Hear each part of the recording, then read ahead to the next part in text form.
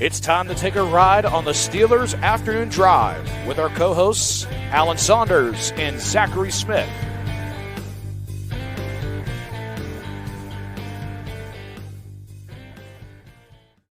Welcome back to another episode of Steelers Afternoon Drive. I'm Zachary Smith. That is Alan Saunders on a drive, but I don't even know if I can use the word afternoon. I mean, look how dark it is out there with Alan driving right now. Alan, how we doing?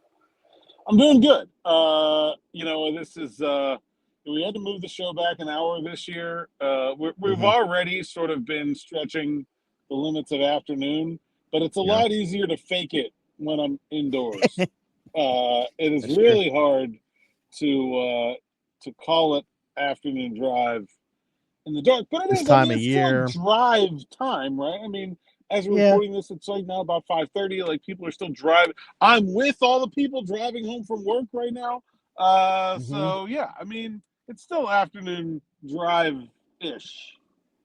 Yeah, you've sold me on it. All right, I'm down. I was feeling, remember, if you go back to Monday's episode, I said it wasn't a misery Monday anytime that it's a victory Monday. However, today kind of feels like a terrible Thursday, Alan, because of the injury report, which is the first thing that I want to get into, of course. It's just a continuation of yesterday, though, really. Nothing new necessarily to discuss here. Some guys that were resting yesterday, back today. Some guys that weren't yesterday, getting a little bit of a rest day today. But the three names to talk about, of course, George Pickens, who was already doubtful from the get-go in this thing, and we're not going to see. DeShon Elliott, another non-participant in practice as well, and then Larry Ogunjobi with his groin. DeShon Elliott, by the way, hamstring, should have mentioned that as well. So not looking good for their availability. I know that you mentioned right before we start recording, maybe a glimmer of hope for a guy like Larry Ogunjobi, who we've seen do this now basically his entire Steelers tenure, potentially not practice throughout the week, but then be able to go on Sunday. But George was already a long shot doubtful to start. And DeShon Elliott with a hamstring as well, I'd say not looking great. Yeah, I at least saw Larry and DeShon today. I didn't even lay eyes on George. So, I mean, I guess that's like the first first step. You got to be somewhere close to practice before you're at practice. Like you said, Larry has done this a couple times in his Steelers tenure where it's like DNP, full practice play. And, like, Cam Heyward hasn't practiced this week either. Now, Cam's healthy, but, like, it just shows you that, like, these practice reps are not that important for veteran defensive linemen. That, like, he's going to be, unable to play just because he has not been practicing. And I think the fact that he also did come back into the game after his injury to just, like, test it out probably gives you a little bit of hope. DeShon Elliott finished the game with his injury, but then has not been at practice since. I don't know what to make of that, but the fact that he was not out there practice today, but one video up here on the channel, you can see the sights and sounds from practice. Cam Sutton was playing safety. That to me is a very definitive sign that you're not going to be seeing 25 this week. Yeah, which is obviously a shame, the way that he's played individually and how important he is for just the entire defense as a whole. And that's kind of where I wanted to go with it. First, on the Cam Sutton front, because I think that's interesting. We talked about when they brought him back into the fold, and once he was able to get back in the fold following his suspension, the different things that you could do with him and how many different hats he could wear for a defense. So I'm curious to see, without DeShon Elliott, the first guy you think of obviously is DeMonte KZ, who I think is definitely a serviceable backup, has obviously played the role before next to Minkah Fitzpatrick. But then your mind goes to how different could they do things with Cam Sutton? So where does your mind go in terms of what we could see on the back end of things? I got to be honest, my mind doesn't go anywhere good looking at this against the Philadelphia Eagles. Like, there are some teams where I don't think, like, Cam Sutton and DeMonte KZ as your third and fourth options at safety is probably about as good as it gets. Like, those are really good players to have as backups. But the specific fit here is not nice. Like, honestly, would rather see Teryl Edmonds back than those guys having to play big reps against the Eagles, because here's what it does, okay? If you're talking about the base defense now, Minkah Fitzpatrick out of center field, down into the box. Okay, now, Minkah can certainly tackle, but he is not as physical of a tackler, as hard of a hitter, or as big and strong of a guy as DeShon Elliott is. So it's going to be less than. We've seen that before. and make his career when he has to go down there, when he's had to go down there. It's not that he can't do it, but it's not like he was hugely impactful in that area before. Right. And then you have DeMonte KZ playing center field instead of Minka Fitzpatrick, who is nowhere near as good of a tackler, nowhere near as big and physical. And if you're talking about a third safety package, you go from playing DeShon Elliott in the box and having Minka behind him to having Minka in the box, KZ behind him, and Sutton as a third guy. Like, that third safety package is just off the table. And the Eagles, despite being one of the most run-heavy teams in the league, in fact, maybe the second, or they're either one or two in rushing attempts, they run it almost always out of 11 personnel. So, like, I don't know what they're going to do. This is the kind of game where I almost think Teryl Austin needs to come out with something we haven't seen before, or at least haven't seen a lot of this year. The one thing they did a little bit is, like, that I can see them doing is just only play with one safety on the field. Like, play Cam Sutton as the slot corner and Minka is the only safety out there. I don't know, but it's interesting. This is a really, really challenging matchup. And DeShon Elliott is like the most important piece of the puzzle against the Seagulls defense. Him being out is a huge loss. Yeah, obviously not good news. And then, I don't know, my mind goes to the type of injury that it is. Are we looking at another multi-week thing with him because of it being a hamstring as well? I know that it's interesting because he finished the game. Yeah. It's interesting because he finished the game, but obviously I don't know the severity of it. And we'll just have to monitor that. You mentioned Eric Rowe because you had a conversation about Bill Belichick, but I'm wondering, like, is it possible that we see an elevation in that room? Could Eric Rowe get a helmet on Sunday if we're not seeing DeShon Elliott? I would guess not if Cam Sutton's going over there, but like maybe, Eric Rowe can certainly do the job. But if the reason for Sutton to go over there is that he's the next man up, then you probably don't also need Rowe. They're also already dressing like an extra defensive back. I don't know. Would you rather call up Eric Rowe or would you rather be able to play Corey Trice? I don't know. That's an interesting question. I don't know. The other problem with these Eagles and the reason why they're so good is that the wide receivers are okay. Yeah, once you get past the all-world offensive line and the MVP candidate running back and the mobile quarterback who has like a trick play that is always good for at least 1 yard, then you have to deal with A.J. Brown and Devonta Smith after all that. So yeah, I don't know. This is a murderous lineup. It's a really tough matchup for any defense, but it's really hard when you start having to move pieces around to try to make up for injury absences. So we mentioned from an offensive perspective yesterday how Arthur Smith should just dive into the bag, right? Like go crazy, do a bunch of different things offensively. Is there something that Teryl Austin can do defensively that would kind of be like the same thing, just throwing a bunch of exotic looks, maybe stuff that Steelers typically wouldn't do? Like, where does your mind go to in terms of that? Yeah, I mean, there are things they can do that they've done before that can work. Now, they have like a 44 defense that they play in some short yardage situations. I wouldn't be at all averse to that getting a look here, even against three receivers. But you're going to have to put a lot on Patrick Queen. Like, Patrick Queen's going to have to cover slot receiver a lot in this game for that to work. Not that he can't do it, but that's and if it's Johnny Wilson, probably should be Patrick Queen because that dude is like starts to stretch the definition of wide receiver. Oh wait, I have a hilarious sidebar. So Arthur Smith called Ben Skoranek a dirtbag in his press conference today, and he meant it as a compliment. So I went over to Ben Skoranek and said, "Do you take that as a compliment?" And he said, "Yes." And then I said, "How many wide receivers do you think would take that as a compliment?" And he said, "I don't know. I'm not a wide receiver. I'm a football player." Yep, I love him. I love him. Which is just – and then Danny Smith came over and Skoranek started to lobby for – he said, "Danny, can you get my my position changed in the roster to just FP. I don't want to be Ben Skoranek wide receiver. I want to be Ben Skoranek football player. Ben Skoranek deserves the world. And I won't settle for him getting anything Danny less. Smith, as he was laughing and shaking his head while he away, said, "That guy will drive you nuts," which I just think it just makes it all the better. But yeah, so not to totally get away from the subject there, which I did, but Johnny Wilson is also like not a wide receiver. So he's about 6'6", 2. I mean, I don't know what they list him at, but he looks 250. I would think that Patrick Queen would be the matchup there, or Peyton Wilson, one or the other. Yeah, there's like a lot of things they can do, but there's none of it that you can really do well without DeShon Elliott, or that is an obvious fit.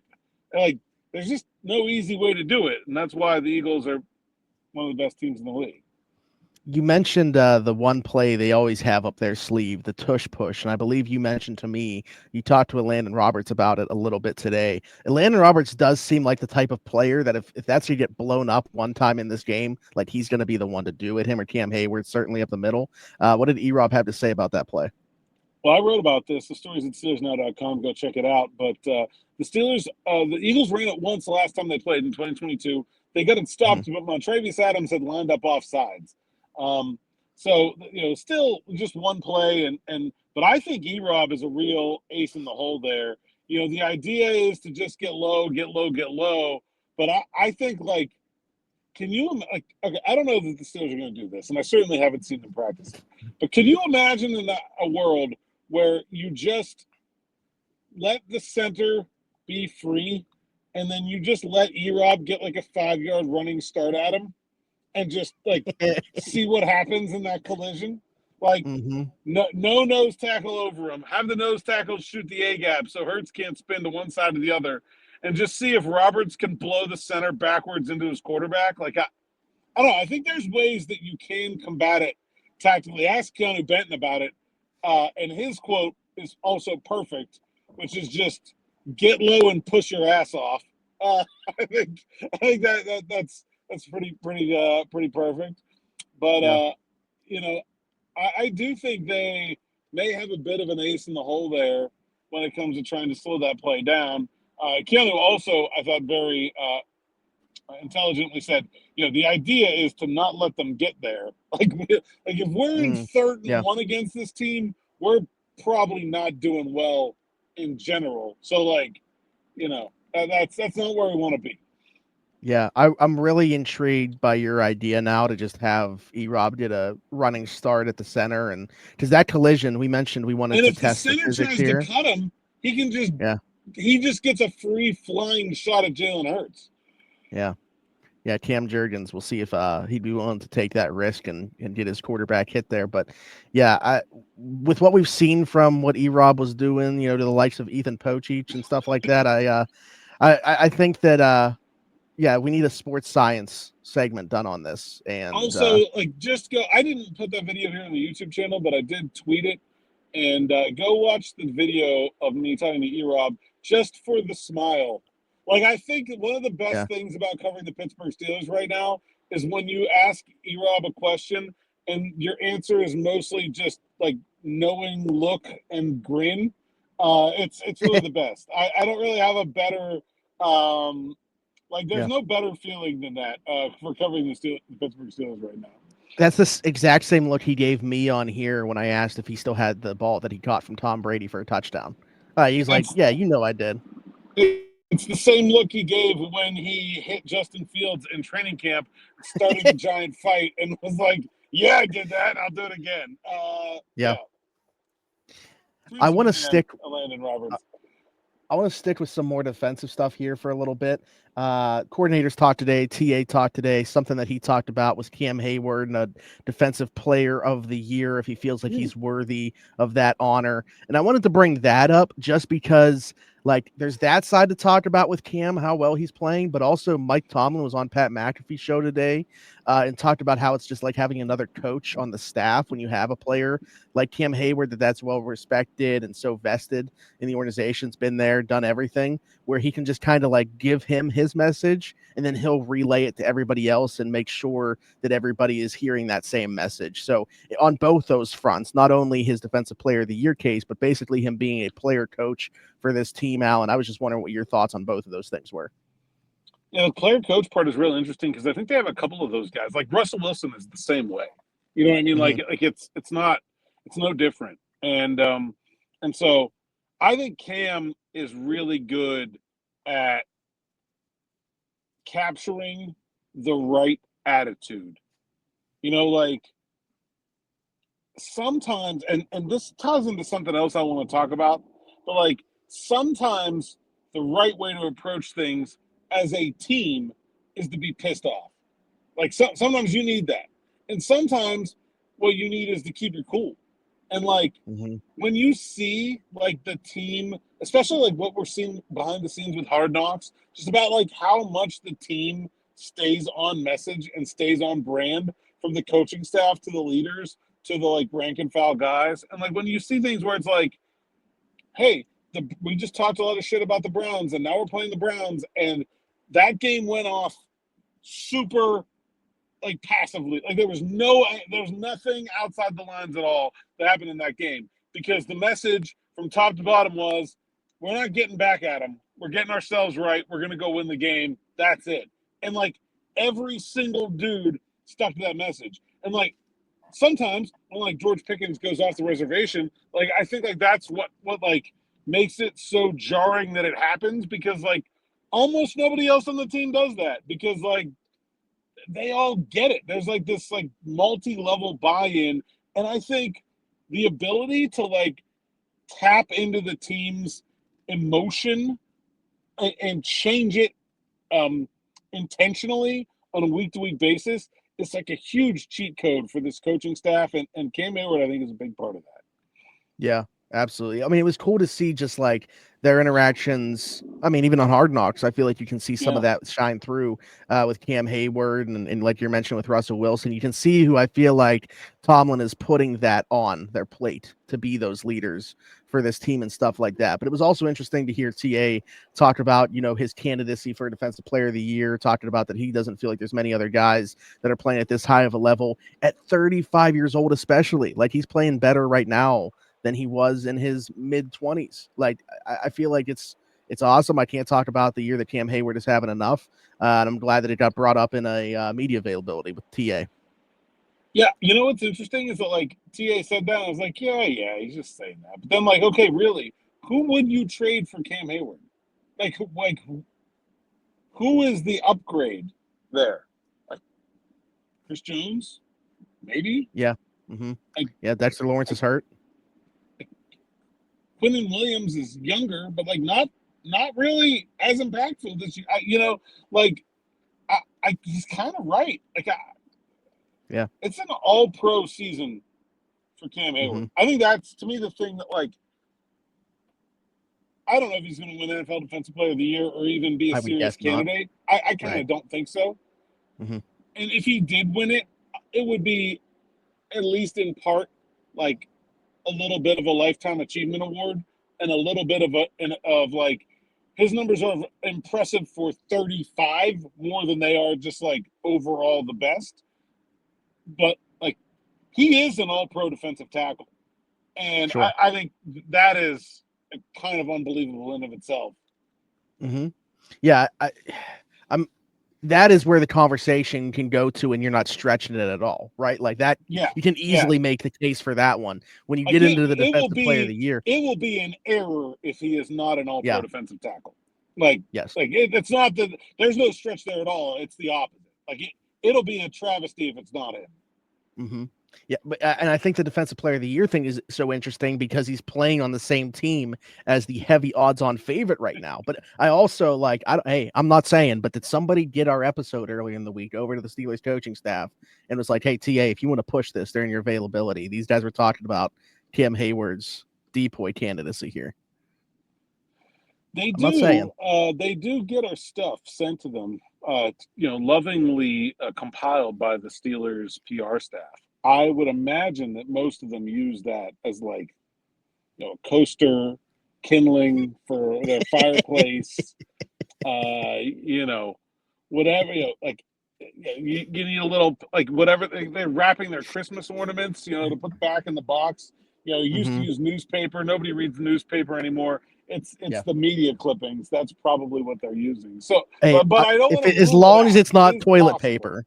It is possible. I don't know what they're putting that on, but I don't know about that. Yeah, absolutely not.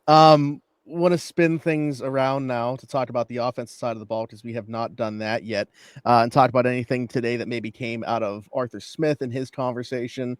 You already mentioned the one funny thing that I was going to bring up if you didn't with Ben Skoranek being called a dirtbag, which I absolutely love. But what else came of the conversation with Art Smith? Not a whole lot. I did ask him about something I wrote today, just about like the idea that this offense, and the players on this offense, and certainly there are new guys. I mean, it doesn't really apply to Mike Williams and Zach Frazier and guys like that. But most of the skill position guys are returning guys: Calvin, George, Najee, Pat. They they have not been a top half of the league offense in their career. They have not had a 40-point game in their career. Like they've not. Like, this is the best offense they've ever been on. And so I asked Art, like, I thought that he got really good buy-in when he presented his offense to the team, and starting at OTAs and continuing through training camp, when guys sort of got their first understanding of what they were going to try to do. But I asked him, like, how much difference does it make when guys see it? Like, how much more buy-in do you get? And I didn't specifically mention this, but like if you're a guy like George or Najee, where you have like contract situations coming up, like, hey, if you were an offensive player, would you have wanted to re-sign with the Matt Canada Steelers? Like, probably not. Right. Like, so like I do think like that stuff matters. So he said it's like being a CEO, like, telling your shareholders, like, be patient, we're going to turn a profit eventually. It's like at some point, like, you either have to show results or all you have to sell is hope. And like I think this team believes in its offense, and that was my morning rush this morning and my column this morning at the site. But so I asked him about that, and I thought it was an interesting analogy there that he gave in response. And not a whole heck of a lot else from Art that I made my note list of things to talk about here. Fairly mundane Thursday. Well, I think what you're saying there, though, is interesting because it starts out small picture with the individual players buying in, right? Like I remember having a conversation on here with Pat when we were talking about it, and he's like, they just feel like there's more purpose to everything that they were doing. Like when you understand why you're doing something, why you're being put in a position to do something and stuff like that. But then it has to go out onto the field and translate, and maybe for a while to start the season. Obviously, they didn't have the guy that they expected to be their starting quarterback as their quarterback.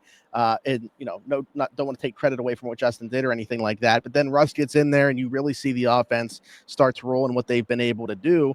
And then I just feel like each week there's been more and more buy-in, and that belief obviously grows. So it starts out with the individuals, and now big picture, it certainly seems like there is a belief in what they can do. Thanks largely to players just understanding and believing that they're being put in the right positions individually for the collective. Yeah. And I think like confidence matters.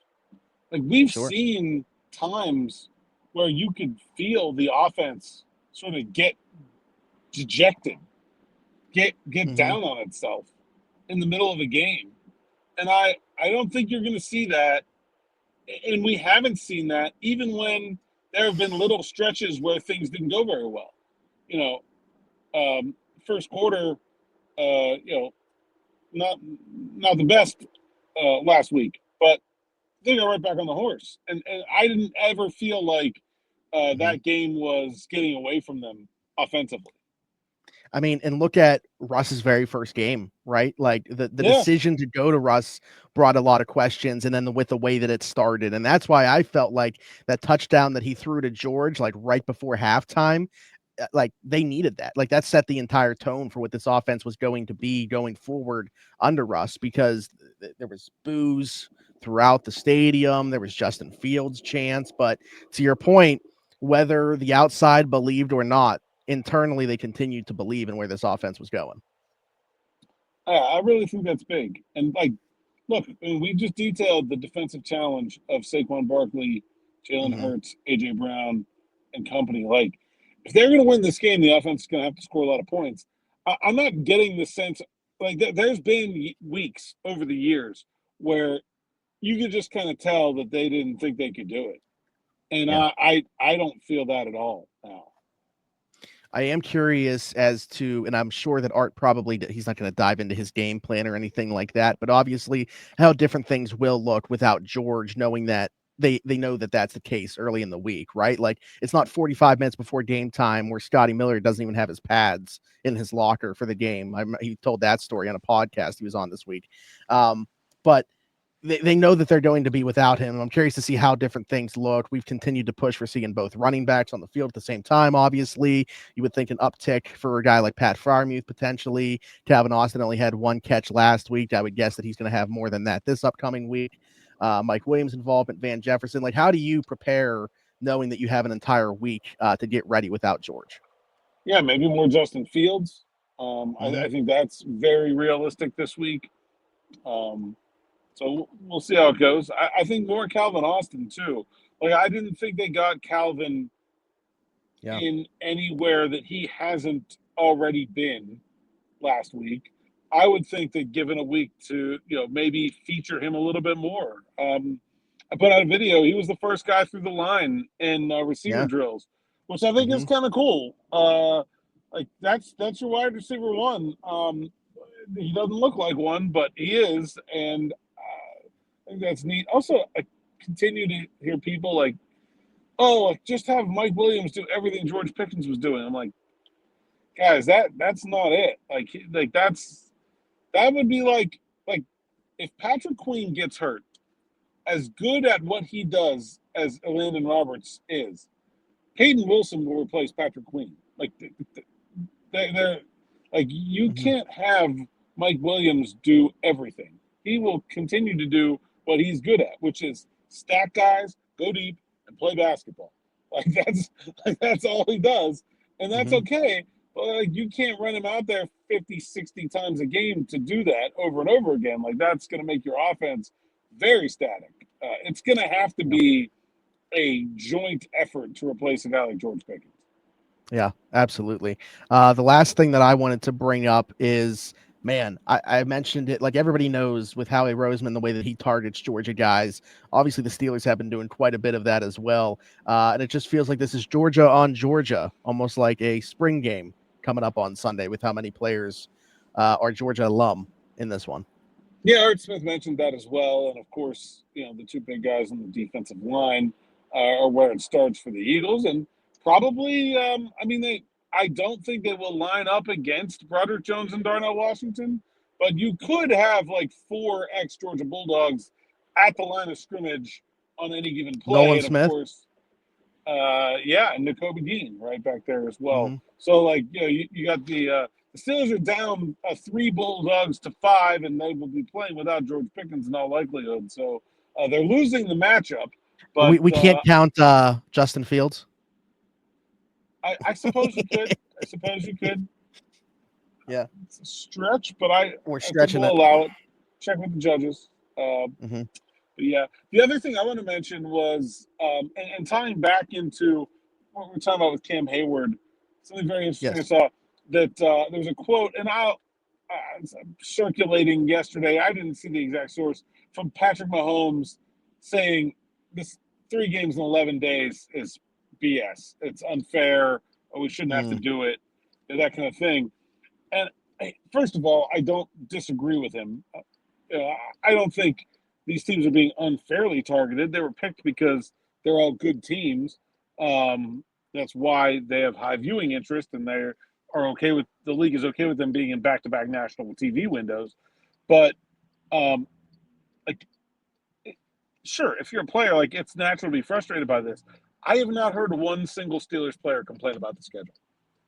Right. Or even like mention the 3 games that are coming up, the difficulty of the opponents. Like, I've not heard a single word about anything other than we got the Eagles, it's a normal week. Like, they're just pretending like it's not happening. And I think that just goes back to show like the sort of message transference ability that they have, where you're able to get 70 guys for the most part on the same page about a message. And I do think that matters, man. It affects the mentality in which you prepare. If you go into something saying like, this sucks, this isn't fair, we shouldn't have to do it, like, you're not going to be as good at it. Like, that is just human nature. And I think that is really like a cheat code for this coaching staff. Yeah, it'd be pretty hard to focus on the Eagles if the only thing you're thinking about is having to play the Ravens and the Chiefs after that within a short stretch.